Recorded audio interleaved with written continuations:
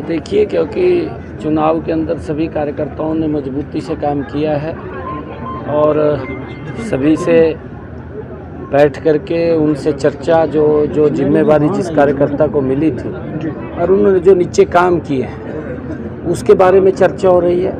कहाँ कहाँ कार्यकर्ताओं ने जो अच्छे भी काम किए हैं और सभी कार्यकर्ता मजबूती से लगे रहे हैं और भयानक गर्मी में लगे रहे हैं। तीसरी बार बड़े मैंडेट के साथ ये कार्यकर्ताओं के दम के ऊपर ही सरकार आई है। आदरणीय मोदी जी और डबल इंजन सरकार की नीति है जो मजबूती से नीचे तक पहुंची है और उसकी चर्चा हमारे कार्यकर्ताओं ने घर घर जा कर के की है। उसका परिणाम है और उसको लेकर के अलग अलग जो जिम्मेवारी जिन कार्यकर्ताओं को जहां जहां दी गई थी उन सब से बैठ कर के बातचीत हो रही है। अभी हमारे कोर कमेटी के सभी पदाधिकारी थे, उनसे बातचीत हो रही थी क्योंकि एक मेंबरशिप का बड़ा अभियान सदस्यता ग्रहण का चल रहा है। उसको लेकर के अलग अलग जिम्मेवारियां भी सौंपने का डिस्ट्रिक्ट वाइज काम किया है ताकि जो टारगेट मेंबरशिप का लिया है 50 लाख का उसको जल्दी हरियाणा पूरा करेगा और उसको लेकर के सारी योजना रणनीति वो बनी है, चर्चा हुई है। और क्योंकि सरकार भी गति से, क्योंकि हमने तीव्र गति से काम करना है और उसको लेकर के भी कई ऐसे विषय होते हैं, उन विषयों को भी हमने डिस्कस किया। सर, सरकार जो काम कर रही है उनको संगठन के लोग जो है वो नीचे लोगों तक सरकार की योजनाएं, सरकार के फैसलों को किस तरह से लेकर जाएं और जल्द सर निकाय चुनाव कई जगह प्रस्तावित है, उसको लेकर संगठन कितना तैयार है, सर पार्टी कितनी तैयार नहीं, हमारी लगभग तैयारी है और क्योंकि मेंबरशिप चल रही है, ये सदस्यता अभियान जो ही अपना समापन होता है और इस बीच में देख करके, क्योंकि हमने टारगेट रखा है 50 लाख का, जल्दी ही पूरा कर लिया जाएगा और इसको तीव्र गति से हम करेंगे क्योंकि चुनाव कराने हैं, चुनाव जल्दी ही हम वो हों, इसके लिए हम कर रहे हैं। कैप्टन अजय यादव कह रहे थे सर आज चंडीगढ़ में प्रेस कॉन्फ्रेंस करिए कि 26 नवंबर से 26 जनवरी तक राहुल गांधी एक बार फिर से भारत जागरण अभियान, जोड़ो अभियान जो पहले था उनका भारत जोड़ो अभियान, उसको लेकर आगे बढ़ेंगे।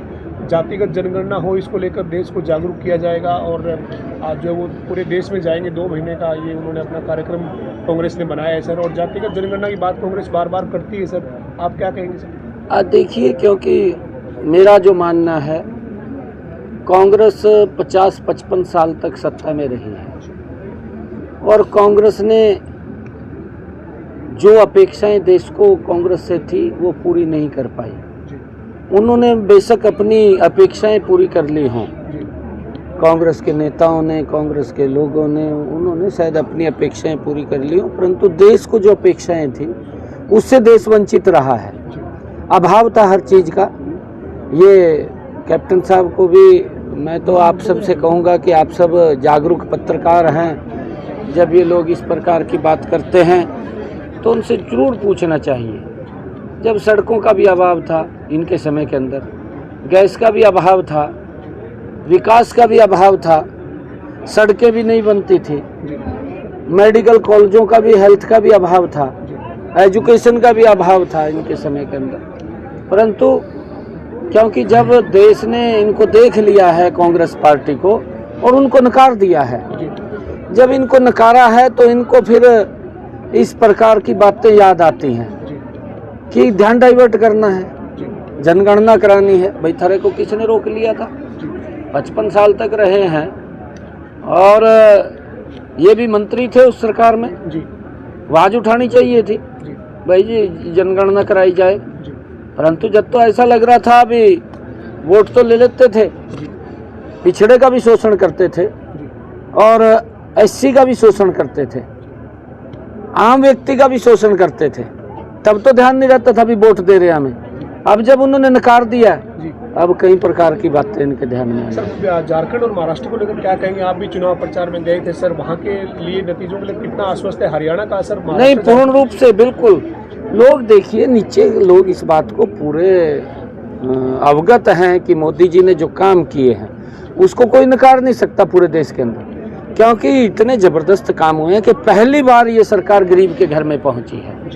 नहीं, आज तक तो गरीब तो देखता रहता था सरकार कहाँ है, दिखाई नहीं देती थी सरकार, परंतु अब गरीब व्यक्ति को ये लगने लगा है क्योंकि जब से मोदी जी 2014 से प्रधानमंत्री बने हैं कि एक्चुअल में गरीब की अगर किसी ने सुध ली है या गरीब के बारे में विचार किया है तो ये नरेंद्र मोदी डबल इंजन की सरकार ने विचार किया है। उसका परिणाम है कि अंतिम छोर तक गरीब के घर तक योजना पहुंचाने का लाभ नरेंद्र मोदी की सरकार ने किया है।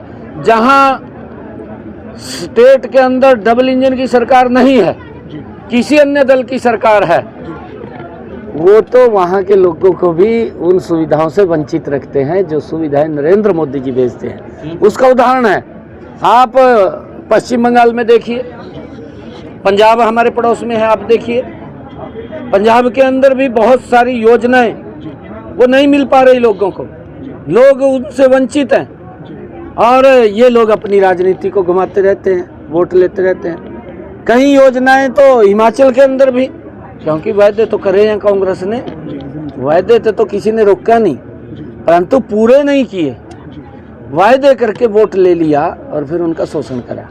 अब तो आप आश्वस्त है सर एनडीए और बीजेपी बिल्कुल, और महाराष्ट्र में? बिल्कुल, महाराष्ट्र के अंदर भी दूसरी बार बहुत बड़े मैंडेट के साथ आदरणीय नरेंद्र मोदी जी के